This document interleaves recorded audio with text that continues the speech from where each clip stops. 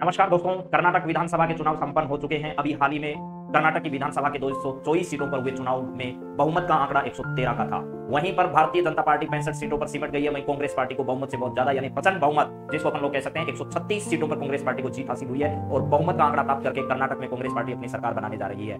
इसके लिहाज से हमारे लिए इंपॉर्टेंट ये बात है कि कांग्रेस पार्टी जो कि पिछली बार सरकार में दूर रही थी, पिछला जो चुनाव हुआ 2018 में, उस चुनाव में मेरे दोस्तों कांग्रेस पार्टी को जहां 80 सीटें ही प्राप्त हुई थी, वहीं भारतीय जनता पार्टी को पिछले चुनाव में 65 सीटें प्राप्त नहीं हुई थी, बल्कि 104 सीटें प्राप्त हुई और इस बार वो 65 सीटों पर पहुंच चुकी है। वहीं अगर बातचीत करें जेडीएस की, तो जेडीएस को पिछली बार जो है वो 37 सीटें प्राप्त हुई थी और इस बार जेडीएस 19 सीटों पर पहुंच चुका है। वहीं अगर बातचीत करें मेरे दोस्तों, अन्य को पिछली बार 3 सीटें ही प्राप्त हुई थी और इस बार कर्नाटक विधानसभा में अन्य को 4 सीटें प्राप्त हुई है। तो कहीं ना कहीं भारतीय जनता पार्टी के लिए अपने गिरेबान में झांकने का वक्त आ चुका है, क्योंकि जिस प्रकार का चुनाव प्रचार कर्नाटक में उन्होंने किया था, उसके बावजूद कांग्रेस पार्टी में राहुल गांधी और प्रियंका गांधी का दबदबा इस बार रहा है और कांग्रेस पार्टी बहुमत प्राप्त कर चुकी है। कर्नाटक के में अगर पार्टियों का सिर्फ वोट प्रतिशत की अगर हम लोग बातचीत करें, तो कांग्रेस पार्टी को सबसे ज्यादा 43.01% वोट शेयर प्राप्त हुआ है। वहीं भारतीय जनता पार्टी को 35.85% वोट शेयर जो वो प्राप्त हुआ है। वहीं जनता दल अगर सेक्युलर की बातचीत करें तो 13% के आसपास उनका वोट शेयर रही। वहीं आम आदमी पार्टी ने भी 0.58% वोट शेयर प्राप्त किया है। और वहीं अगर बातचीत करें कि छोटी मोटी अन्य पार्टियों का, तो लगभग आम आदमी पार्टी भी 0.02% और अन्य पार्टियां भी 0.2% के साथ कर्नाटक विधानसभा में अपना अपना प्रदर्शन कर चुकी है। अब वक्त पुनः आ चुका है कि इसके पास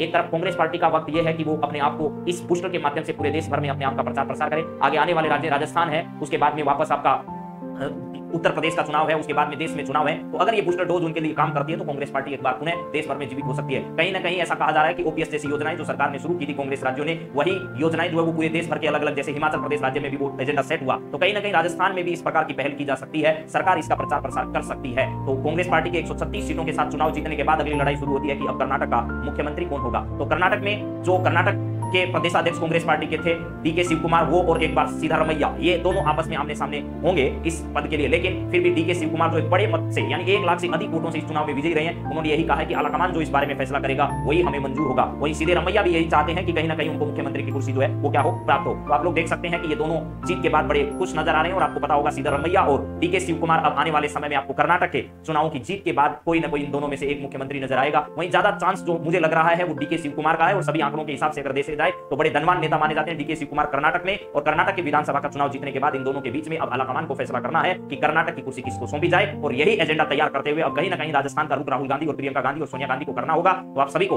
कर्नाटक के विधानसभा चुनावों के बाद ये पूरा डाटा जो है वो आपको याद रखना है कि 113 का बहुमत का आंकड़ा जो है उसको भी पीछे छोड़ते हुए 136 सीटों पर चुनाव इन्होंने जीता है। तो आप सभी को भी बहुत बहुत धन्यवाद। जय हिंद, जय भारत।